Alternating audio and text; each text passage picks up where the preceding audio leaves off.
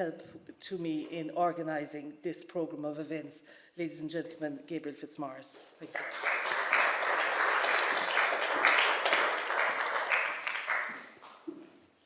Thanks very much, Cara. And can I join with you in welcoming the members of the Kennelly family? And even though I'm a Kerry man, can I welcome the two people from Cork who came especially up here for the weekend for Brendan Kennelly, two great friends of Brendan Kennelly. We're here tonight to celebrate a living voice, Brendan Kennelly. And those of you who know Brendan's work will know that quote, that line is from Living Ghosts. And those of you who are observant would have seen it on the gable wall on the right hand side as you come down Church Street, or Ash Street as it used to be called. They have all the ghosts and are living. All the songs are living ghosts, and long for a living voice. Oh, may another fall of snow, big brotherly rejoice. So Brendan is celebrated greatly in his own place as well, and it's great to celebrate somebody in his or her own place, because too often, you know, they are international, which Brendan is, but it's great to see he's one of ours.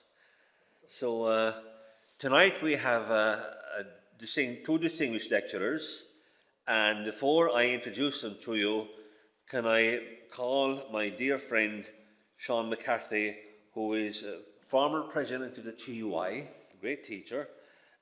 He is a board member of the North, East and West Kerry Development Association, who are in association with this event tonight. Sean McCarthy.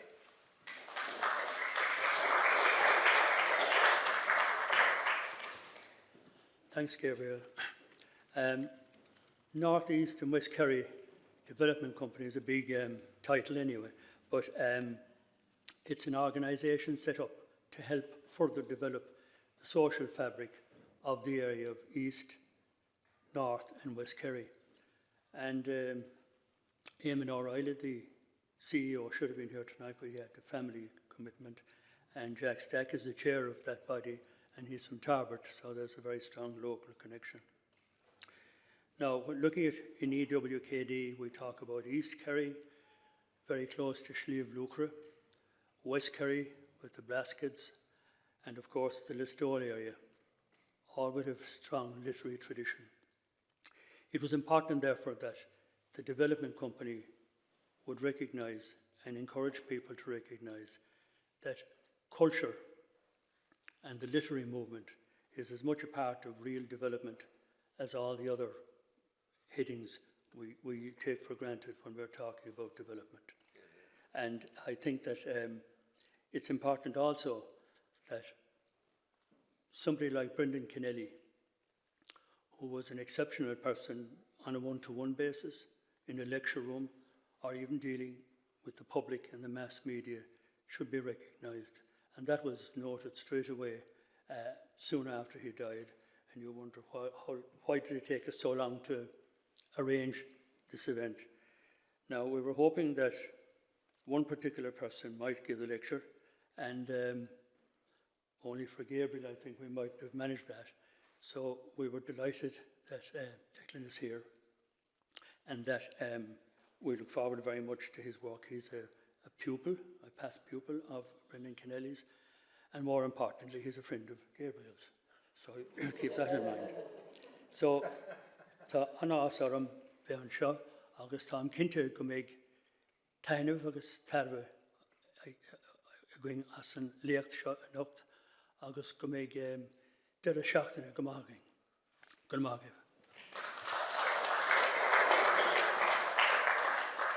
Gemaging Sean. The volume coma a fault a cor riv Muinter Corcagrian, so Joe Spegli agus Muinter Corcagrina agus Josephine, okay, right, agus Falter of Ganair or Gachard and Tier in a most Brendan Kennelly. Can I begin by introducing the first speaker, Dr. Mary McAuliffe from Dowa. She is a Kerry native. She's a historian and a director of gender studies at UCD. She holds a PhD from the School of History and Humanities in Trinity Her latest publications include as co-editor with Miriam Houghton and Emily Pine, Legacies of the Magdalen Laundries, Commemoration, Gender and the Post-Colonial Carceral State, and as sole author, Margaret Skinner, a biography. She was co-editor of Sexual Politics in Modern Ireland, and with Bridget McAuliffe, her sister, and Owen O'Shea, co-edited Kerry 1916, Histories and Legacies of the Easter Rising. She would also have been instrumental in organising the great commemoration of the Civil War in Trinity, the Civil War, no Civil War in Trinity. And that was a huge success there some weeks ago. She is currently writing her book on gendered and sexual violence during the Irish Revolutionary period, 1919 to 1923, to be published next year. She is a past president of the Women's History Association of Ireland and is a member of the Humanities Institute, UCD. It's my great pleasure to introduce to you Dr. Mary McAuliffe.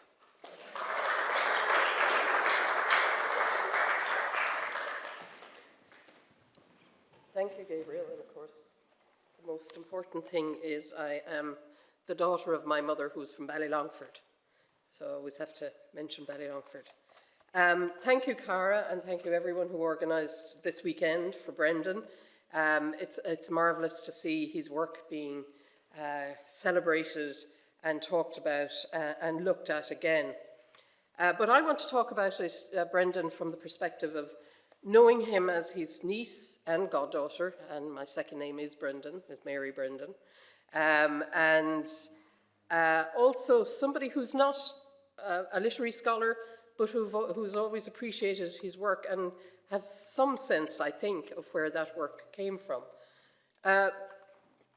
Brendan, as you know, came back to live in Kerry in 2016, and he did miss Dublin. He always called himself a Culdub. And he missed Trinity, particularly the college squares, the nearby streets, the buildings, the people, the bustle and energy of the urban spaces, and his daily engagement with the city and the college. But as he said at the time in an interview with Radio Kerry, to be back in Kerry is to be back in joy. Before Trinity, before Dublin, Kerry, and most specifically North Kerry, was Brendan's formative place. He grew up in a house a little bit up the road from the corner house that you all may know today, but he also lived in the pub, the Corner House, which was a place for talkers, singers, storytellers, drinkers, farmers, labourers, and most importantly, of course, footballers. In their foreword to the essential Brendan Kennelly, published in 2011, Terence Brown and Michael Longley described Kennelly's Ballylongford as a place that would, and I quote, resurface memorably in many of his poems, a place recalled in his work as a primal place of familial relationships, of a local community with its legends and lore, its gossip, stories, songs and ballads, and as a setting close to the natural world with its splendours and casual brutalities, yet open to history and the great world beyond. It is the town of the Crooked Cross, and that place, small places where histories were made. And the histories of stories, of course, of Ballylongford are full of the O'Connor Kerry and their iconic castle at Carrigafoyle, which is very dear to my heart as well, and I think was formative in making me a historian.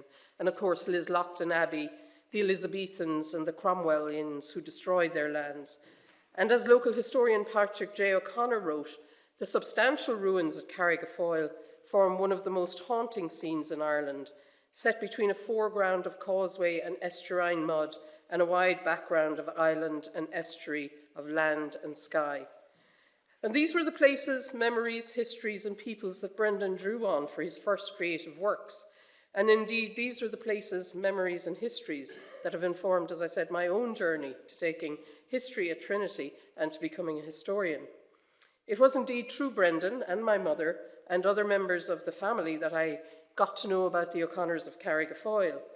And one of my most treasured possessions is a small book of poetry published by Galley Press in 1979, A Small Light, in which Brendan has 10 poems reflecting on the O'Connors and on Carrigafoyle, a place, he said, that all of us who grew up in with both intimate and remote.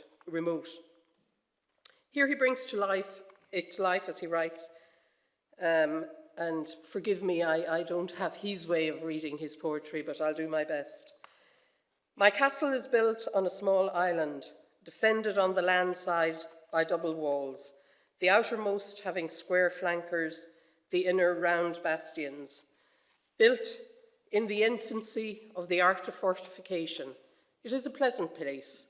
I had not thought to meet defeat there. This ruin is a monument to my disgrace, and he is writing there as the O'Connor Kerry, seeing his ruin as his disgrace. And one of my favourite poems in the collection, which if I may read it to you, although I disagree with the fact that it was the girl who put the light in the window that caused the castle to fall. As a gender historian, women are always getting blamed by everything, so I like the poem, but not the story. A girl betrayed me with a spurt of candlelight. Almost 1600 years had died since the birth of Christ. The windows of my castle are thin, but are wide enough to let the signal be seen, the bright dying of love. A treacherous flicker in a black mass of stone, an adequate answer to a brutal question. Soldiers are rough men. They love to break and burn and kill. A small light led them to me. A small light is all. It wasn't the light, it was the cannon that broke Carrick. But I do remember hearing the story as a child and reading this poem and becoming fascinated with the stories of the siege of Carrick and the girl-woman who betrayed the defenders. However, myth, history and poetry are often diverse, and there was, of course, no girl. More prosaically, the castle was broken by the Elizabethan navy that sailed up the Shannon, not by a small, treacherous light or a woman who fell in love with a soldier. But the other story is so much more poetic and romantic and tragic in many ways. Ireland is, among other things, Brendan wrote in the introduction to A Small Light, a land of broken castles, great gaping edifices standing alone in a massively suggestive silence, a resonance of ruin. They're stones of stories, and, like all great storytellers, they needed an audience. Carrigafoyle and Liz Loughlin, both wounded by invading armies, would feature many times in his poetry. All my life, Brendan has been a major feature in it. As my beloved uncle and godfather, he was a welcome visitor, coming laden with gifts, stories, fun, and games.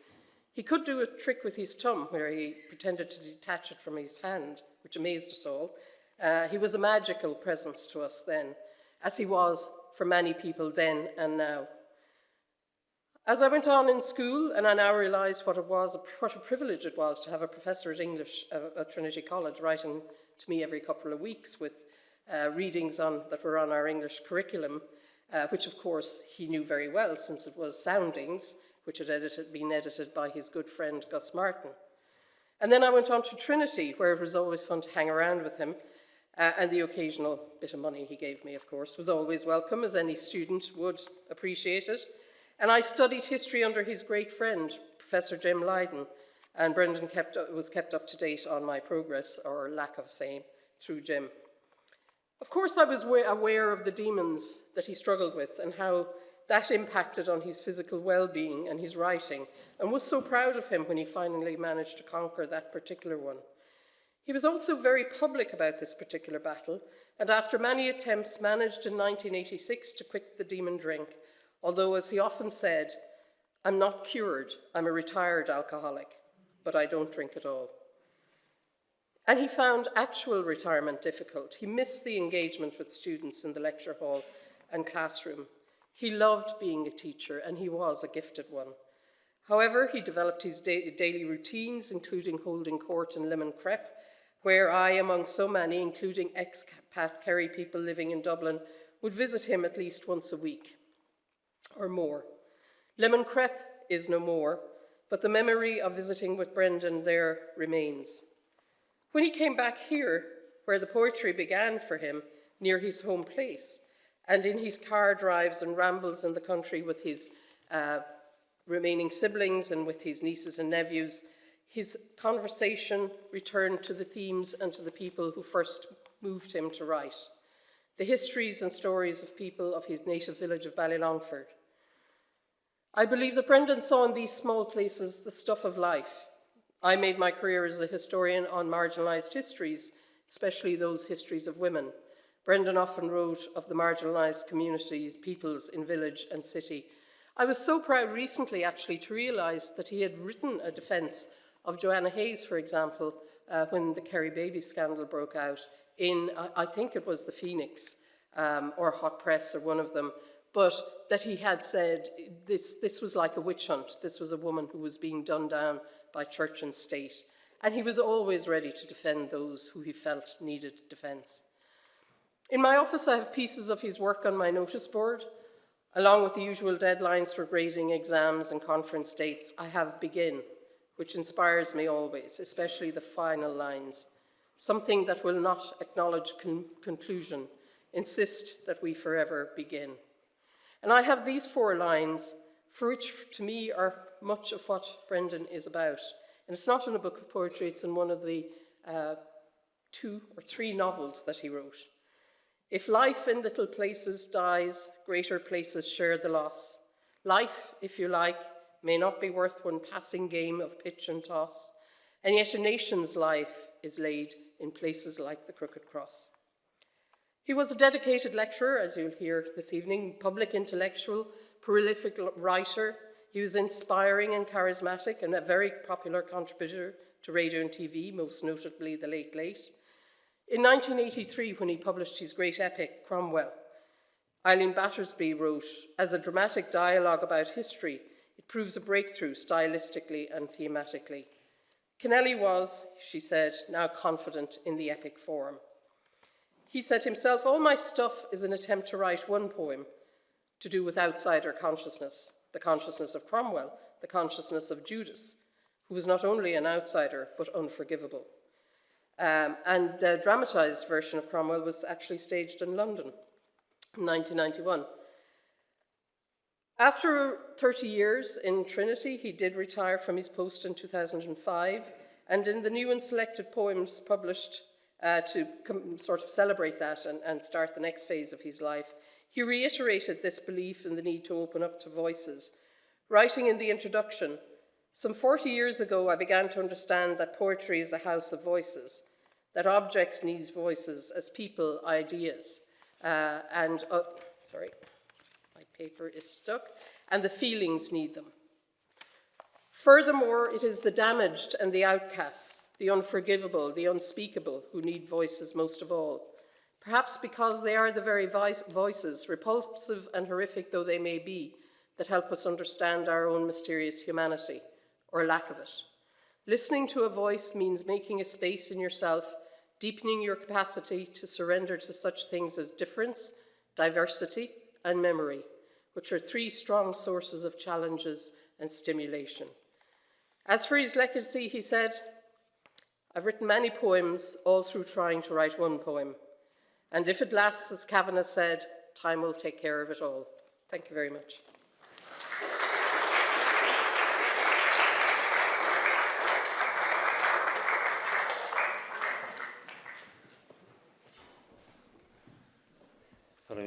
Mary. It's now my great pleasure to introduce my friend of long standing, Declan Kiberd, Professor Declan Kiberd. He was a student of Brendan at Trinity College Dublin. He took a PhD from Oxford University for his thesis, Synge and the Irish Language. Other books include the trilogy Inventing Ireland, Irish Classics and After Ireland, and I believe they're in say it here. He has been visiting professor at Cambridge University, the Sorbonne and Trento, and has been a lecturer in Irish at Trinity College Dublin, in English at Trinity College Dublin, as well as professor of Anglo-Irish literature at the University College in Dublin for over 3 decades, and then at Notre Dame thereafter. He was elected a member of the Royal Irish Academy in 2002 and to the American Academy of Arts and Sciences in 2019. In 1991, I had the great pleasure and honour of editing what has been described as a seminal book of Irish translations with the English, Irish poetry with English translations called On Trant Vive Law. Declan Kiberd.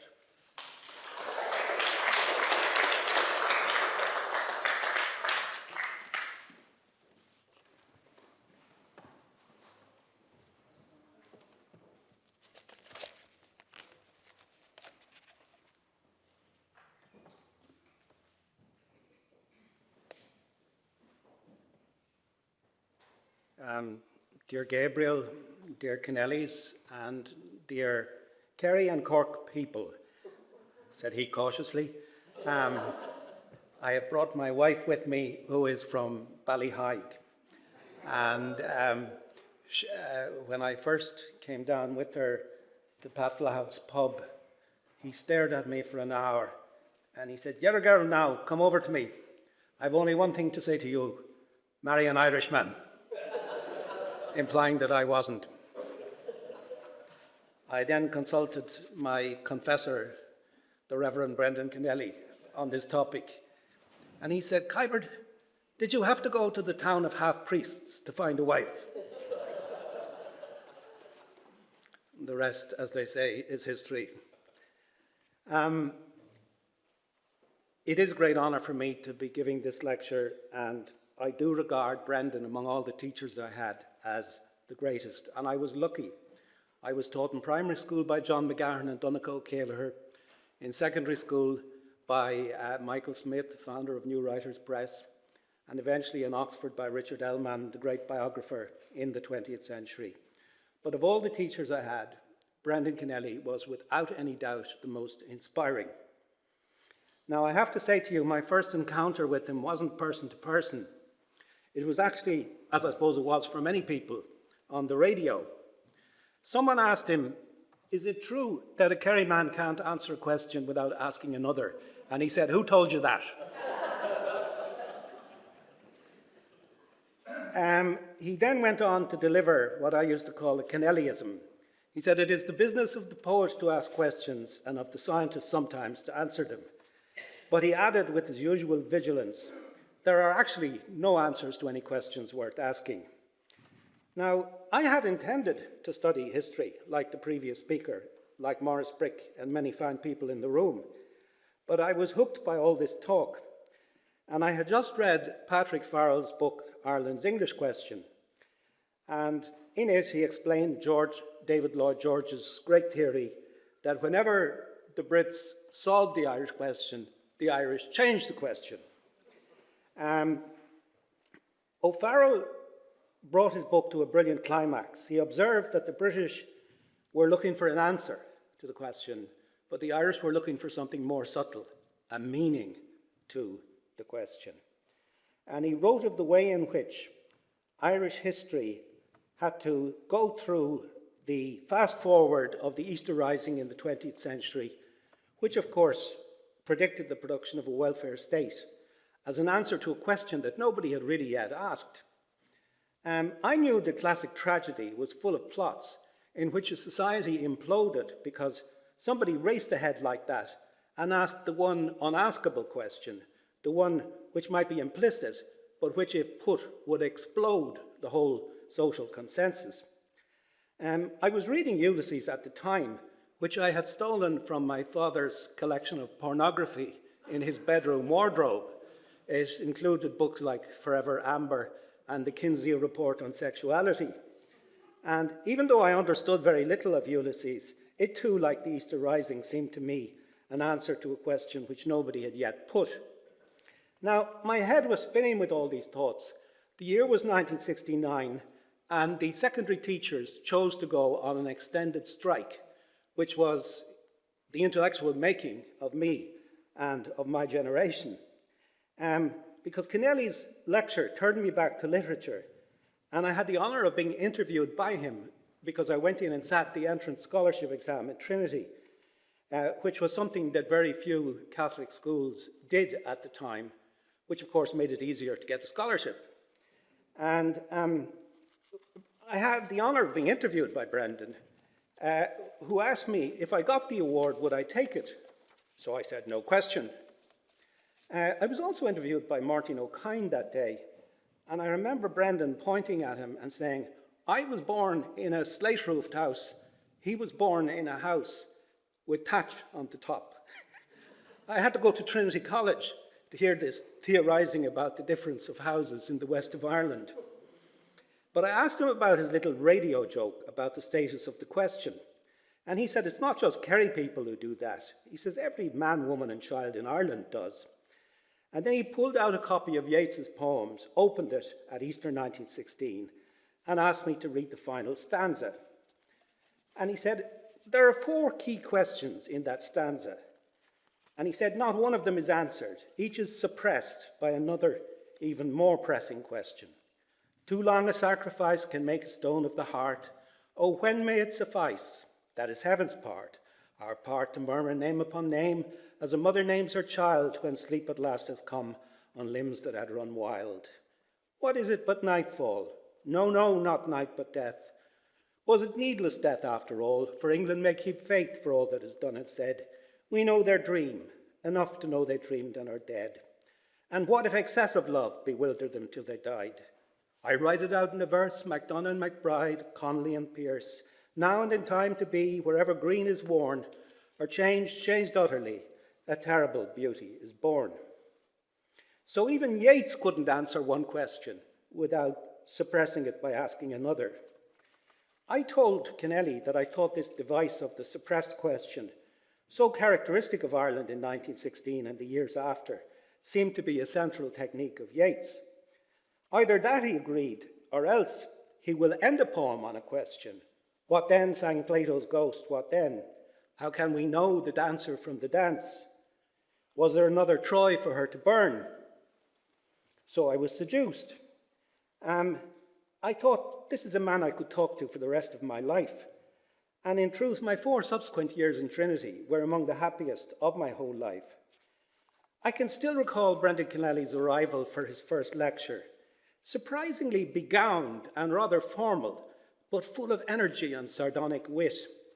And after less than a minute, he groaned, and he said, would you, for God's sake, realize how depressing it is for me to see 50 heads, but no faces? Will you put down the pencils?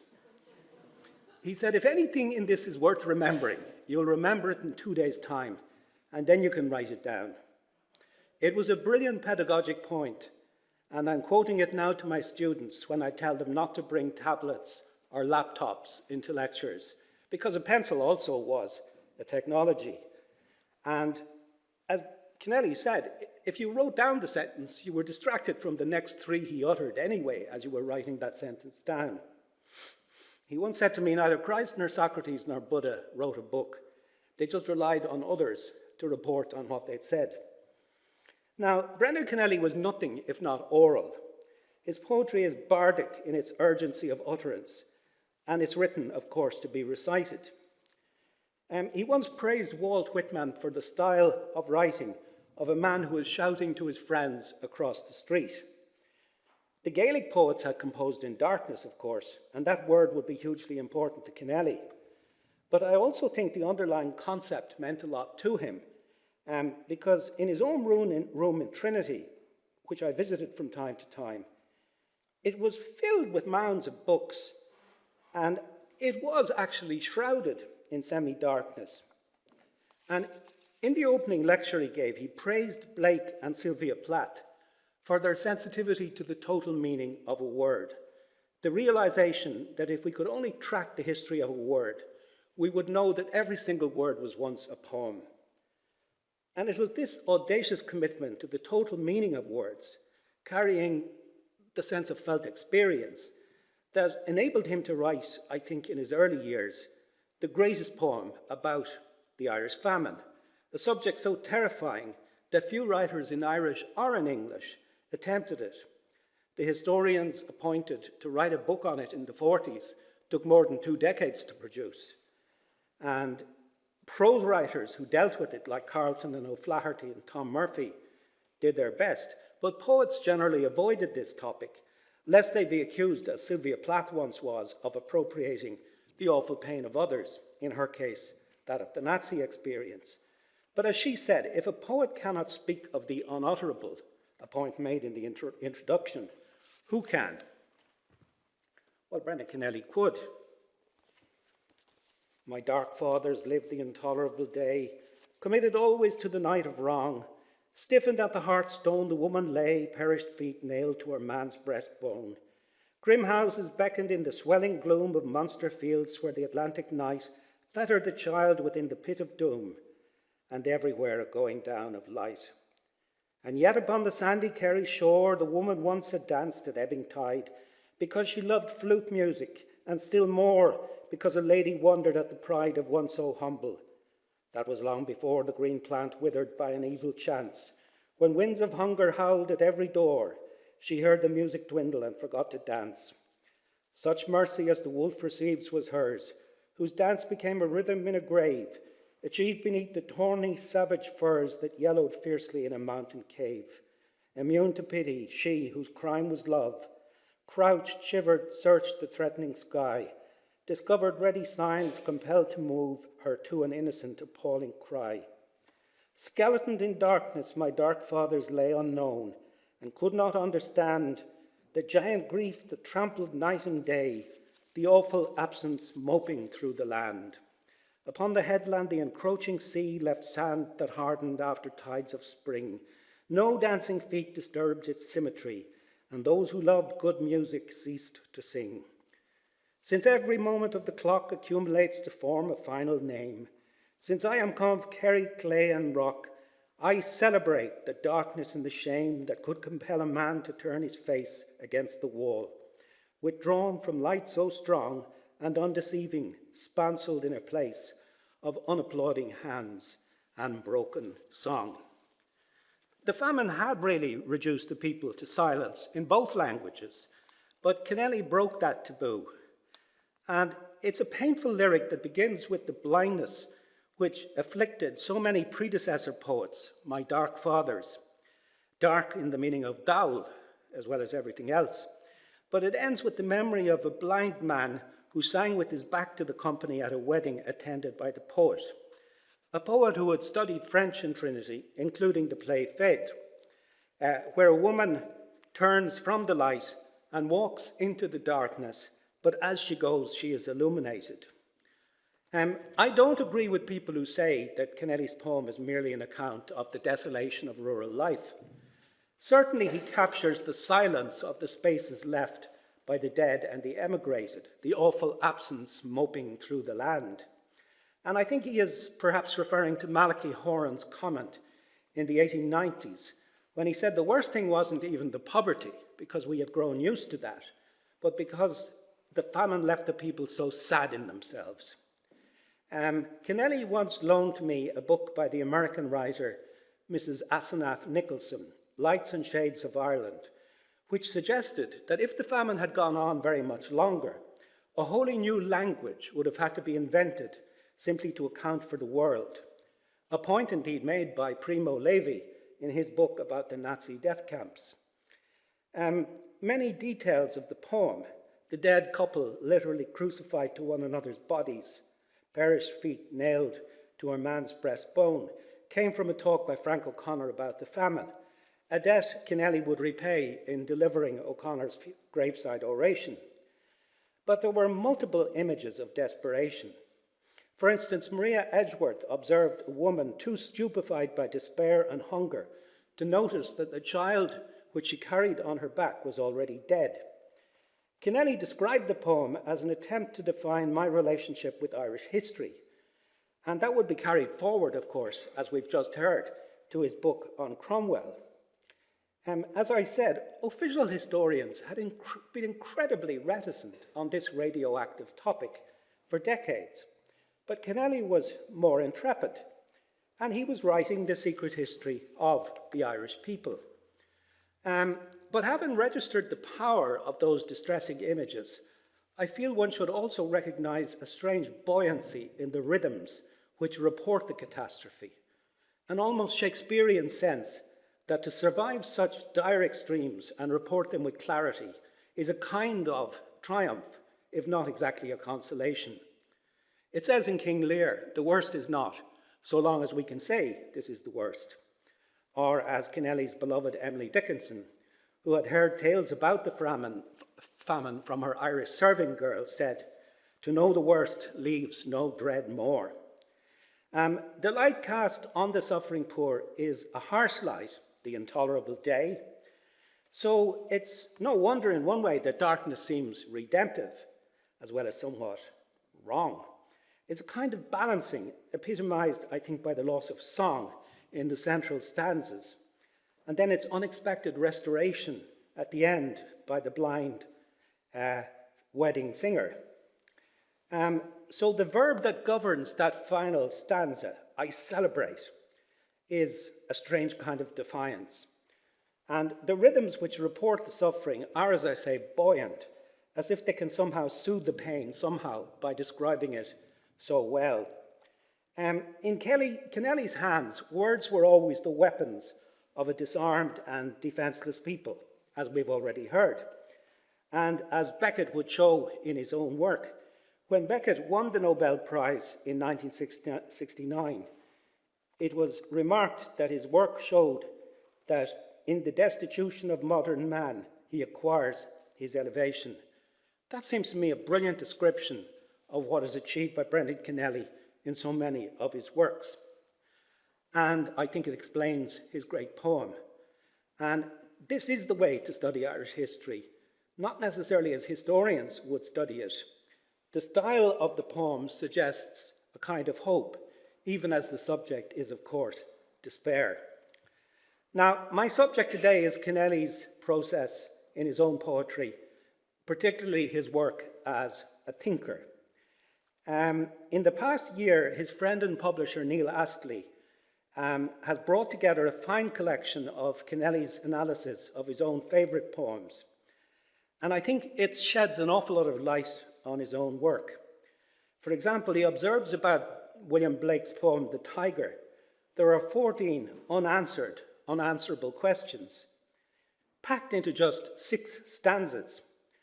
And though his own lecture was full of zingers, he came to be suspicious of poems which gained force through quotable lines. Kennelly once said to me, we have reason to be suspicious of poetry that is too quotable. Of his friend Van Bolen's poem, The Journey, he says, for example, that the only form of quotation which will do it justice is the entire poem itself. And this is on the aesthetic principle that only the person who sees completely can be completely simple. He shares a constellation of light-dark images with Van Bolen, which began with one of her early lyrics in New Territory. Out of the dark man comes to life, and into it he goes and loves and dies. And it is, I think, a set of images that Brendan Kennelly would use over and over again. It suggests an alternative world that is in some way controlled by the removed self. Sorry, I'm doing a thing that Brendan never did, which is confusing my pages.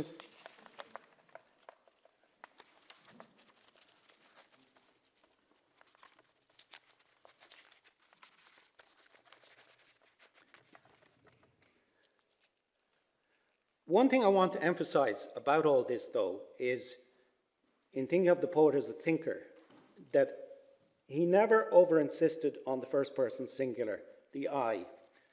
And in the commentary in his later poems, he uses multiple voices in works from Cromwell to The Man Made of Rain. I think it's traceable to the fact that he felt poets made themselves over-vulnerable if they over-emphasized themselves. He notes rather slyly that even the romantic Shelley waits until stanza 4 in Ode to a Skylark before risking, I fall upon the thorns of life, I bleed. And though he was never one to question the greatness of Yeats, he does notice an almost desperate attempt by the poet to insert himself into the middle of great experiences in which he wasn't central at all. For instance, Yeats, as we know, was dining with society aristocrats in England when the Easter Rising broke out and felt extremely insulted that he had not been informed in advance. Can you imagine if he had?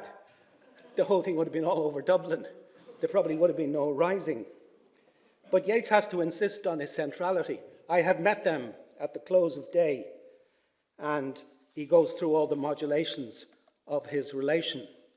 That procedure, as Kennelly would say, is so far from Patrick Kavanagh, who says, no, I was not important as I moved through the colourful country, the namer, not the beloved.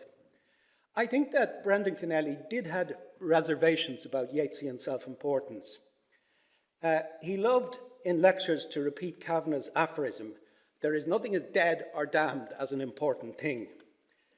And he often used to read Auden's Elegy for Yeats, which mixes beautiful tribute with hard question, as Yeats's 1916 poem mixes tribute with question.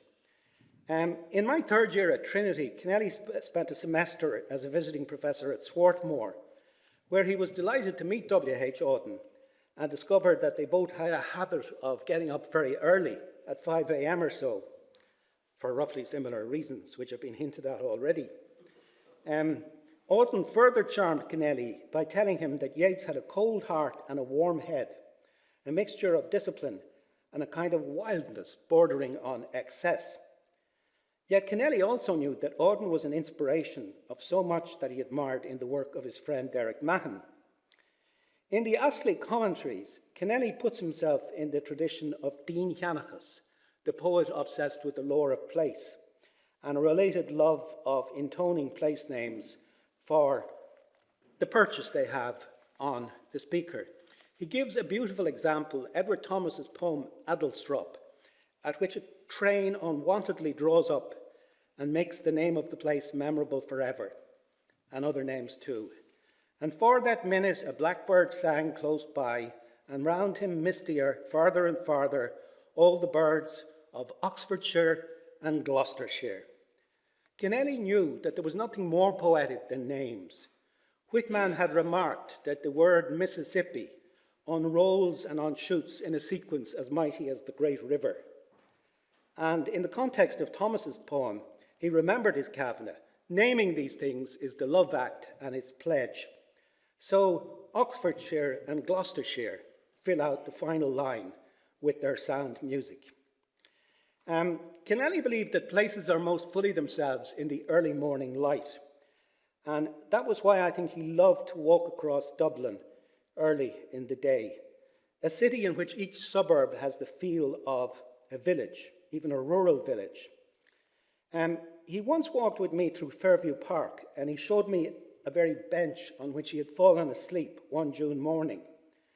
And we both agreed that Dublin was less a city in the Haussmannian, Parisian sense of, a place with the central intelligence behind the plotting of its streets, and more a gathering up of villages, just as the classics of Irish literature, from Edgeworth through Swift, down to Joyce and Beckett and O'Kine, are really collections of micro-stories in the drag of experimental novels. And for that very reason, I wasn't very surprised to find in the Astley book the commentary on Wordsworth's Westminster Bridge, which celebrates the first splendour of London at dawn as a kind of rural idyll. The smokeless air, the calm so deep, they all have, as Kennelly says, the feel of the countryside. If dawn brings out these rural elements in a city, so also does dusk, as I think any listener to the Kinks' greatest song, Waterloo Sunset, will tell you.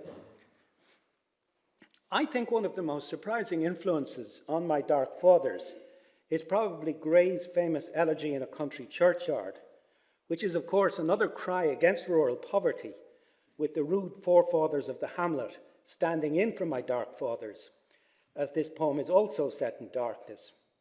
Indeed, darkness as a theme and setting recurs astonishingly through the commentaries in the Astley book, whether it is Darkling I Listen in Keats's Nightingale Ode, or We Are Here as on a Darkling Plain in Arnold's Dover Beach, or the darkness of John Clare's own mind, where the consciousness of going mad is a suffering worse than actually being mad. I think for Kennelly, the self sometimes had become a burden just too heavy to be borne.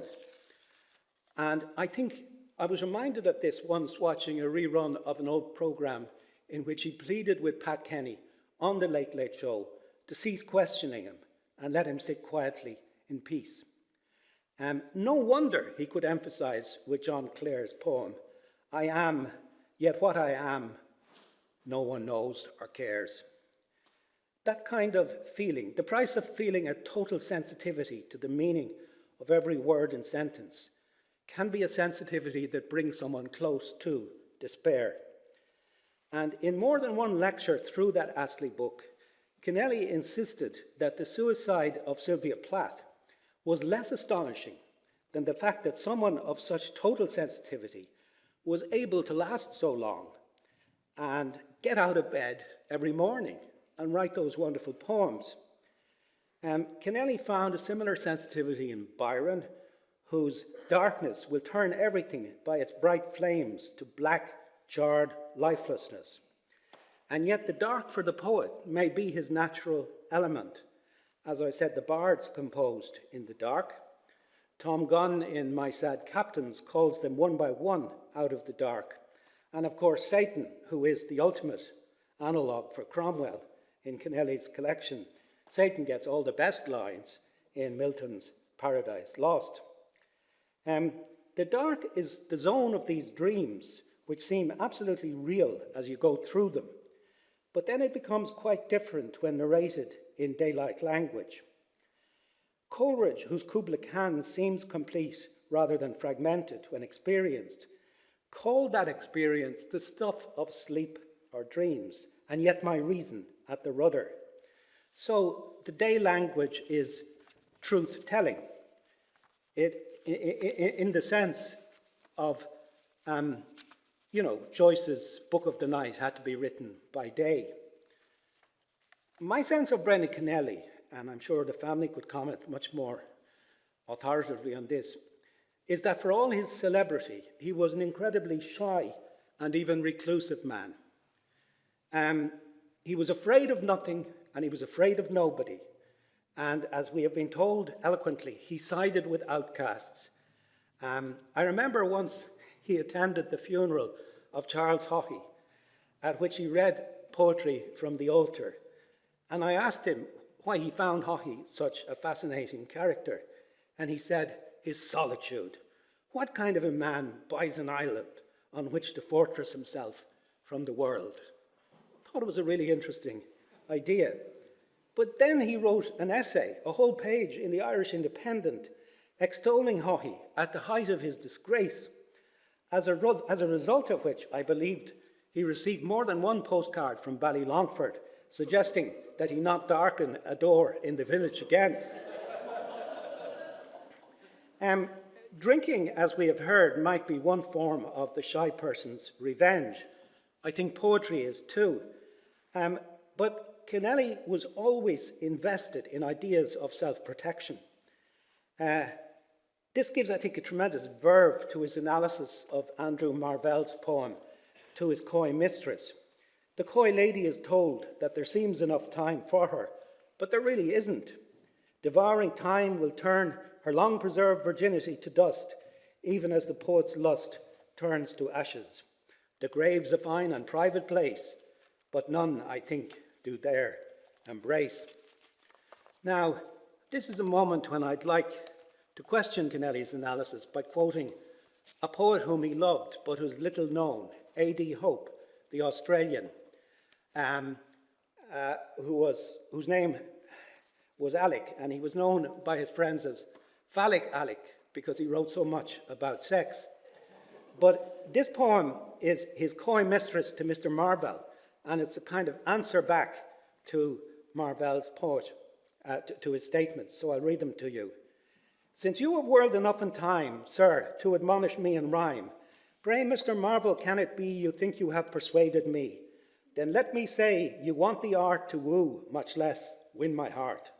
The verse was splendid, all admit, and sir, you have a pretty wit.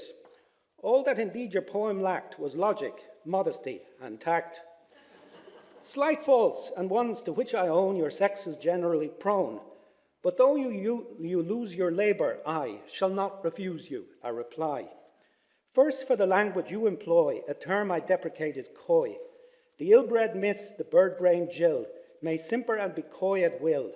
A lady, sir, as you will find, keeps counsel or she speaks her mind, means what she says and scorns defence, and palter with feigned innocence. The ambiguous mistress next you set beside this graceless epithet. Coy mistress, sir, who gave you leave to wear my heart upon your sleeve? or to imply, as sure you do, I had no other choice than you, and must remain upon the shelf unless I should bestir myself. Shall I be moved to love you, pray, by hints that I must soon decay? No woman's won by being told how quickly she is growing old, nor will such ploys, when all is said, serve to stampede us into bed. When from pure blackmail next you move to bribe or lure me into love, no less inept, my rhyming friend, snared by the means you miss your end. Time's winged chariot and the rest, as poetry may pass the test. Readers will quote these lines, I trust, till you and they are dust. But I, your destined prey, must look less at the bait than at the hook. Nor when I do can fail to see just what it is you offer me. Love on the run, a rough embrace, snatched in the fury of the chase. The grave before us and the wheels of time's grim chariot at our heels, while we like amorous birds of prey tear at each other by the way. To say the least, the scene you paint is what you call, my honour, quaint. And on this point, what prompted you so crudely, and in public too, to canvass and indeed make free with my entire anatomy? Poets have license, I confess, to speak of ladies in undress. Thighs, hearts, brows, breasts are well enough in verses, this is common stuff. But will I ask to draw attention to worms in what I blush to mention, and prate of dust upon it too? Sir, was this any way to woo? Now therefore, while male self-regard sits on your cheek, my hopeful bard, may I suggest, before we part, the best way to a woman's heart is to be modest, candid, true. Tell her you love and show you do. Neither cajole nor condescend, and base the lover on the friend. Don't bustle her or fuss or snatch. A suitor looking at his watch is not a posture which persuades willing, much less reluctant maids. Remember that she will be stirred more by the spirit than the word, for truth and tenderness do more than coruscating metaphor. Had you addressed me in such terms and prattled less of graves and worms, I might, who knows, have warmed to you, but as things stand must bid adieu, though I am grateful for the rhyme and wish you better luck next time. Kennelly was a huge fan of this poet, A.D. Hope. He knew many of his poems by heart, and one night at a dinner in Trinity, he recited Hope's poem on William Butler Yeats to me, flawlessly, even though I think he had never had reason to memorize or teach it. And it's a poem that I think sums up Brendan Kennelly as much as W.B. To have found at last that noble, candid speech, in which all things worth saying may be said, which, whether the mind asks or the heart bids, to each affords its daily bread. To have loved the bitter, lucid mind of Swift, bred passion against the times, made wisdom strong. To have sweetened with your pride's instinctive gift this brutal mouth of song. To have shared with Blake uncompromising scorn for art grown smug and clever, shown your age, the virgin leading home the unicorn, and loosed his sacred rage. But more than all, when from my arms she went, that blessed my body all night naked and near, and all was done in order and content, closed the Platonic year. I was astonished at the way in which Brendan recited this poem. But it is about what we've already heard, his absolute embrace of the other. He takes Marvell's poem and he inverts it, and the same in his reading of Yeats.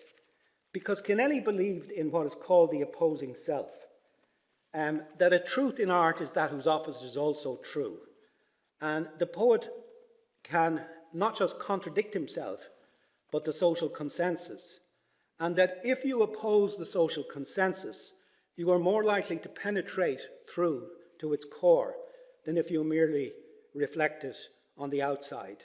And that's what I think he did in the great poems of Cromwell. He liked to embrace the shadow side, his inner English Protestant. I remember him telling me that what the country needed was more Prothelics and Cathistans, people who could blend the two.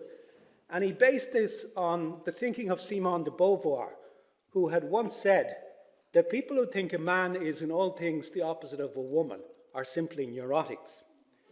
And the same thing about all these binaries. Some people have alleged that there's a streak of misogyny in Kennelly poems. I think actually these are theatrical moments in which he's mimicking the misogyny rather than embodying it.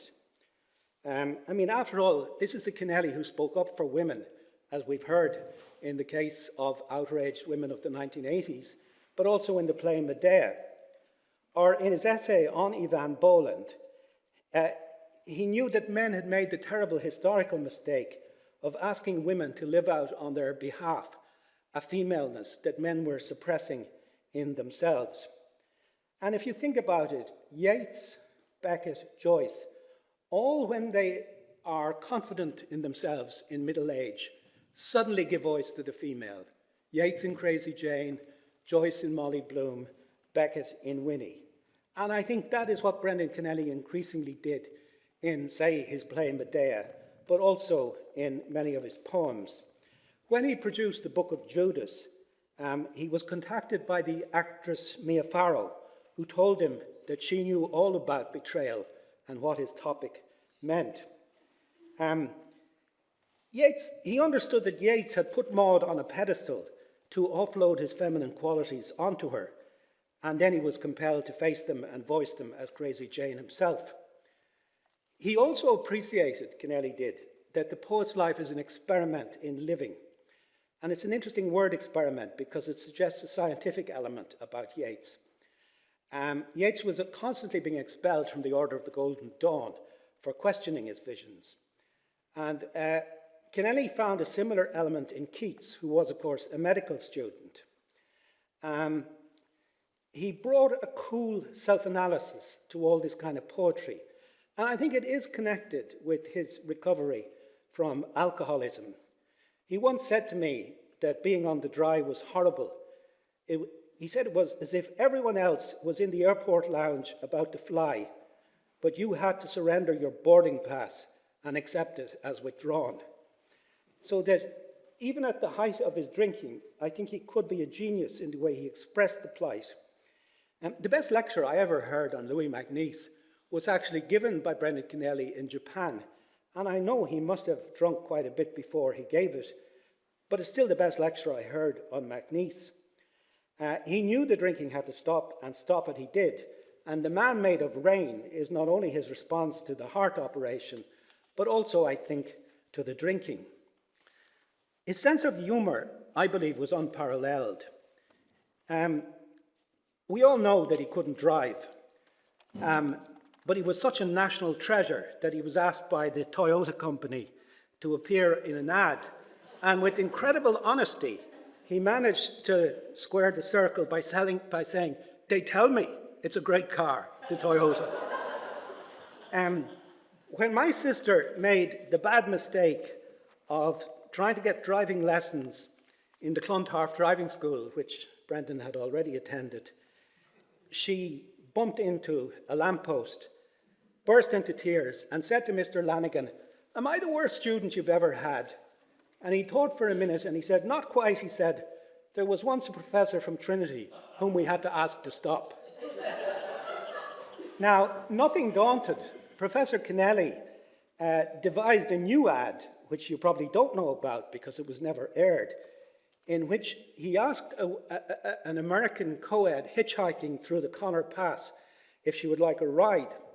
And the final frame was Brendan Kennelly leaning forward and tapping a liveried chauffeur and saying, "Driver, drive on." The ad was blocked by the Council for the Status of Women, which was not always noted for its humour, but the reasons, I suppose, are understandable. But I think they couldn't see that Brendan Kennelly was laughing at himself. He liked to quote William Blake, "A man is always making, if only a fool of himself." Once I asked Brendan Kennelly to be extern examiner for the MA in UCD, and the weather was so fine that he came out to my house in Clontarf and we sat in the front garden marking the papers. A savage mistake, because over the afternoon, 4 of the doors across the road opened and revealed housewives who came over and asked for his autograph.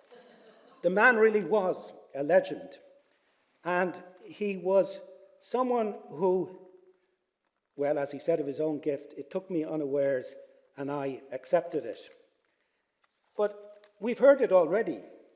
Something that will not acknowledge conclusion insists that we forever begin.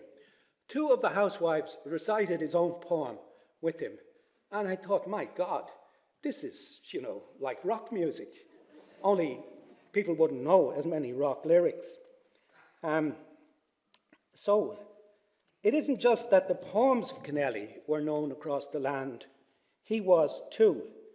And he was a great rackera in the sense of reciter of his own bardic verse.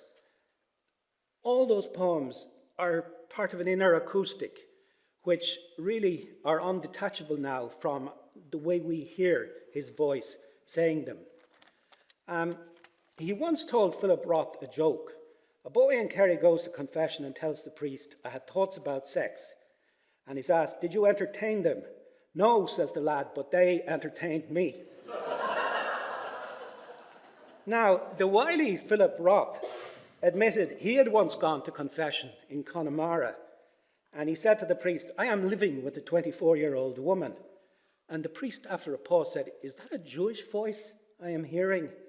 And Roth answered, yes, it is. To which the priest said, well, why the hell are you telling all this to a Catholic priest? Father, said Roth, I'm telling everybody. For me, Brendan Kennelly's classes were unforgettable, in the same way as his own poetry is. He praised Keats for his negative capability, the ability to negate himself and take on the identity of the subject. He had nothing in himself, but he had in himself all that others could be. And that is why Brendan Kennelly could be Cromwell, could be Judas, could be anybody. He praised Keats for putting snatches of commonplace speech and conversation into his poems, which is what Kennelly did himself. You think of Maloney up and at it. He said Keats's poems were responses pure and new because he was willing to have a go. And I think this is what we have to say about Brendan Kennelly. He says the genius of poetry must work out its own salvation in a man. The poet rests content with half knowledge. The half-said thing is what pleases him. And he once said to me that he thought perplexity was the surest evidence that we have given close attention to a problem. That the ambiguous symbols of a poem are deliberately ambiguous because they are floating ideas and cannot be fully pinned down. As I said, he was suspicious of poems that sounded too finished off, too pleased with themselves. He always said, take a piece of the truth. He used to quote Emily Dickinson, tell all the truth, but tell it slant. And one reason, I think, for this approach was that complete sensitivity, he believed, would be self-destructive. He cited the case of Sylvia Plath, but also the subsequent madness of Blake. And a number of great American poets in his lifetime who had resorted to suicide. A certain humility was necessary. Everyone would be a genius if they accepted the fact that God made them. Then they were able to get on with things without feeling they had to be right all the time. Blake was right to say he who adores an impersonal God has none. But art was a kind of prayer. And this is why I do think, despite everything, Kennelly would have made a wonderful priest or Monsignor. He was a great preacher, he was lucid, and there was a moral earnestness about his talks. 50 years later, they still come back to me, and I had checked the last sentence of his 4 lectures on Blake in my notes from over 50 years ago. He said simply, he is a teacher, he brings us to a higher level of consciousness. We could say no less of Brendan Kennelly. Thank you very much.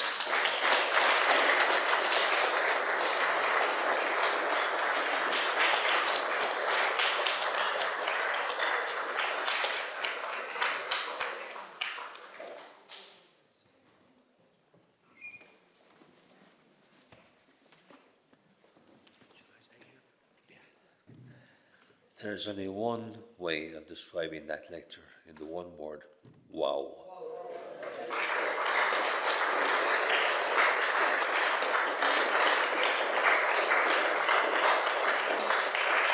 I could talk about multiple voices, and I could talk about broad references, and I could talk about the darkness, and I could talk about the celebration, and I could talk about Marvin and AD Hope.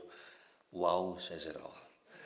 So, also to Mary, thank you very, very much for your very, very insightful and beautiful description of your time as a Kennelly, a daughter, a niece, a sister.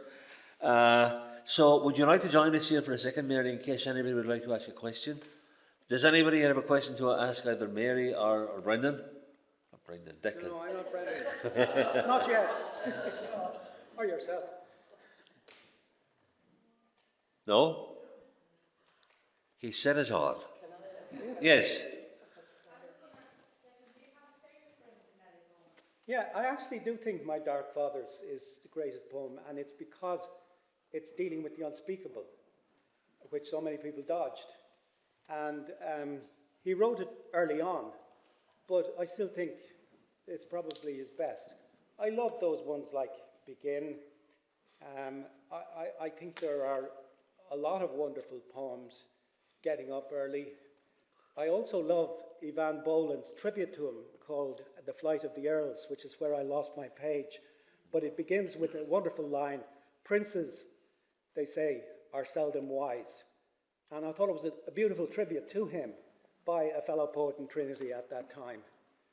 So I think he didn't just write some very, very fine poems himself. He also had beautiful poems written about him, even as far back as the 1960s. Somebody else had a question? Yes, Mary. Yes, My Dark Fathers is my favourite one as well as Liz Lockton Abbey, and I suppose because they're so connected to the place. Yes. But actually, at the moment, they're cataloguing his archive in Trinity, and it's huge. He never threw away anything. So it's going to be very interesting to see the process and thoughts of lectures, poetry, public talks he gave, I presume articles he wrote, and all of that. Do you think that will change and transform the way him as the poet is looked at? Because you're talking as somebody who knew him as a lecturer and reading his poetry, but people who didn't know him and now be reading him through his archive.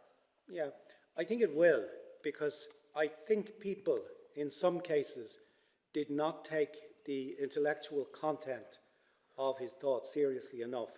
That was why I called my lecture The Poet as Thinker. They thought of him, as a kind of Dylan Thomas lyricist, great with words, but was there really a philosophy behind the words? I think there very certainly was, and that this will become more and more evident as more and more of the work is excavated. I feel that he, in one way, he was willing, as he said himself, to make a fool of himself, to fall on his face. He used to joke that English poets achieved at the age of 30 a technical competence that left them immune to criticism and incapable of development. But he was constantly changing and developing and taking risks. And one of the effects of that is you do sometimes fall on your face. That was what he said in his lectures about Keats, that sometimes Keats wrote absolutely lousy poems, but he also wrote the greatest odes in the English language. And I think the same is true about Brendan Kennelly, that there are an incredible number of powerful poems, but they show the poet in the process of thought. And I think there was a kind of philosophy there that will become more and more manifest the more people engage with it. So I agree with you, and I also think he was a kind of historian. He was really obsessed. The friendship with Jim Lydon was no accident. I think it's a fascinating thing that there were certain taboo subjects in Ireland. One was the famine. There were other ones too. But if you think about it, the first people to write about these things were actually children's writers. Marita Conlon McKenna wrote Under the Hawthorn Tree before the historians were really dealing with the famine. But Brendan Kennelly also did. So it's interesting that poets and writers for kids would deal with these subjects that historians were still shying away from. Not anymore, no, that's true, but for years and years. Forestry. Can I just ask a yes? I was interested in the comments that you made about how Brendan Kennelly saw the intersection between history and literature.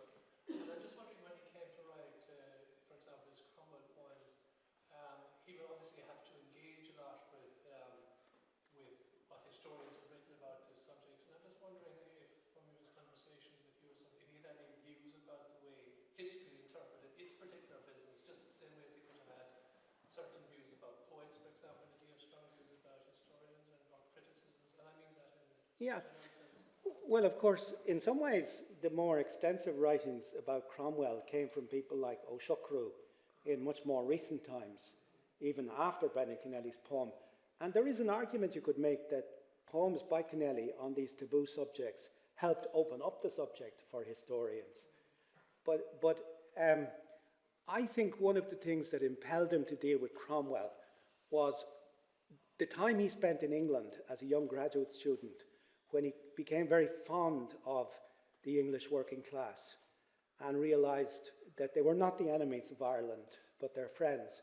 And that Cromwell, who, yes, did awful things in Ireland, and he confronts them in the poem, is also a hero within the British scheme of things to people whom you might say are on the radical left.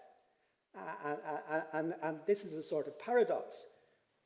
I've always thought that someone like Patrick Pearse, for instance, whom we revere as the leader of our Easter Rising, was actually heavily influenced by Cromwell. You know, the people crowned with thorns. He uses all these images in the essays leading up to the Rising. These are images that Cromwell used. So there's a bizarre overlap between the way in which Irish and English leaders imaged their work to themselves. And I think Kennelly was alert enough to language to notice it. And yeah, other people are noticing it now. But yeah, I believe he would have been aware that a lot of left liberal historians in England did not have the same hatred for Cromwell that W.B. Yeats expressed in his poem, The Curse of Cromwell, in the name of most Irish people. So yes, I think he had read English historians and been somewhat influenced by their thinking. Yes? He had all those books in his archive. I saw them. Had he? Yeah, well, E.P. Thompson, all that stuff, yes. This gentleman had a question. Jimmy Deanahan.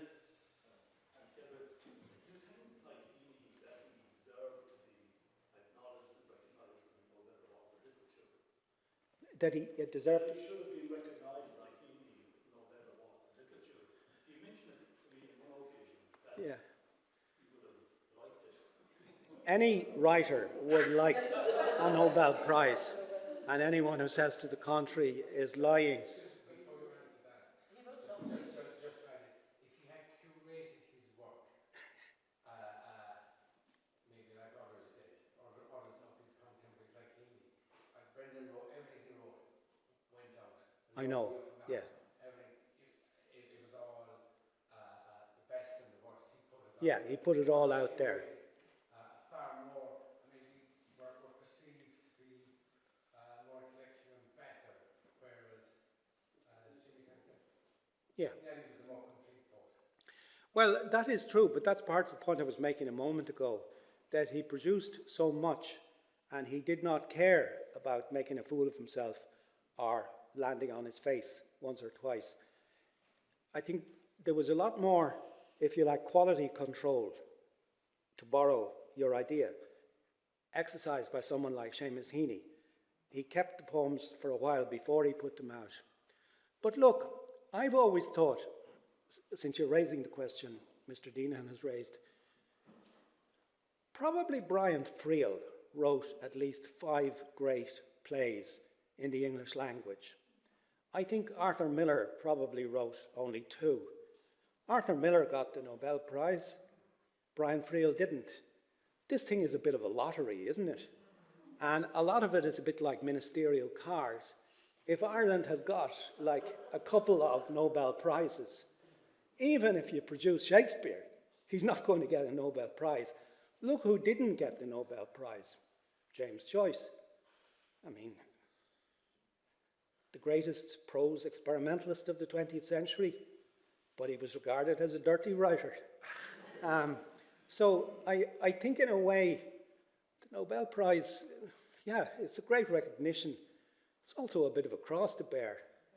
And it's a crooked cross, and Brendan didn't have to bear it. James Kenny, and we'll take the last question because we have a lovely surprise for you in a moment. Is there any central theme running through Brendan's poetry? Yes, the need to introject the other, which sounds very pompous, but what it means is that you become what the opposite of whatever it was that you thought you were starting out. So, you know, Yeats began writing very vague, multisyllabic poems. He ends writing punk poems with monosyllables that are extremely highly sexed. In the same way, I think Brendan Kennelly is saying, you know, we have to embrace the other with a capital O and realize that we're not fully complete until we do so. And it may be the labor of a lifetime to do that, and I think he thought it probably was, but that in the end, you die a more complete, achieved person when you do so. And one of the great ways of accessing the other is poetry, because so often other disciplines teach you how to hate or denounce or dispose of things you don't like, but poetry asks you to embrace them. So I think that's his central wisdom. Yeah. Anish, a little surprise. Tá ban úsalan seo as bailin na moch. Agus, she's a former student of Declan Kiberd's when he was teaching Irish in UCC in Trinity. She's the great Josephine Nivelgliag, and she is going to honour him and us with an Kerry Writers Josephine Goyle.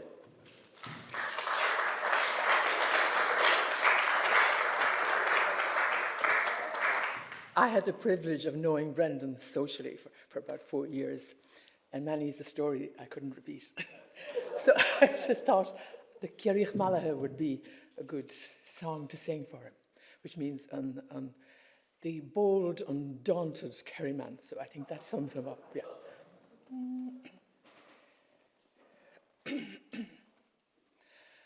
Morlanem gordian tu Sjarchan Carbrach, Kailad Michiel Mara Driller Valilum, Oro, Bad Shillen Nor, Not Harum Yog, Gan Morchid Arigid, Stampiri Haxen. Go creene dashigut oro igor kostish road ni ve kleger ar nornev oror nangarhe nach rochen mona non for a lauren begrin gefadagen Moshes faralat, or is good, all is bashge, or fada varmi bio. Synge.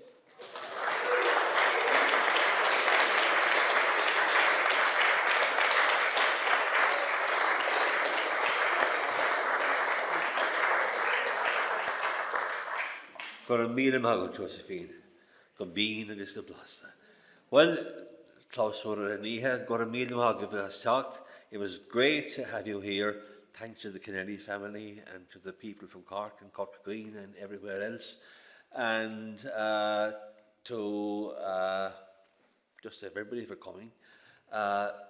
As Cara said to you, we're continuing tomorrow with 10 o'clock, Cara, isn't it? The 12 o'clock with the Rivers of War, Jimmy Deanahan's great documentary on Brendan, which will be introduced by Jimmy, and then a tour of the museum. And then we have the Poets' Corner, and everybody is invited to read a poem of Brendan Kennelly's and one poem of their own. We know sometimes poets are inclined to read more than one poem of their own, but mea culpa, mea maxima culpa. And then at 8 o'clock tomorrow night, across the way in St. John's, we have the celebration concert of Brendan Kennelly. So thank you very much. Good day to you, Slán.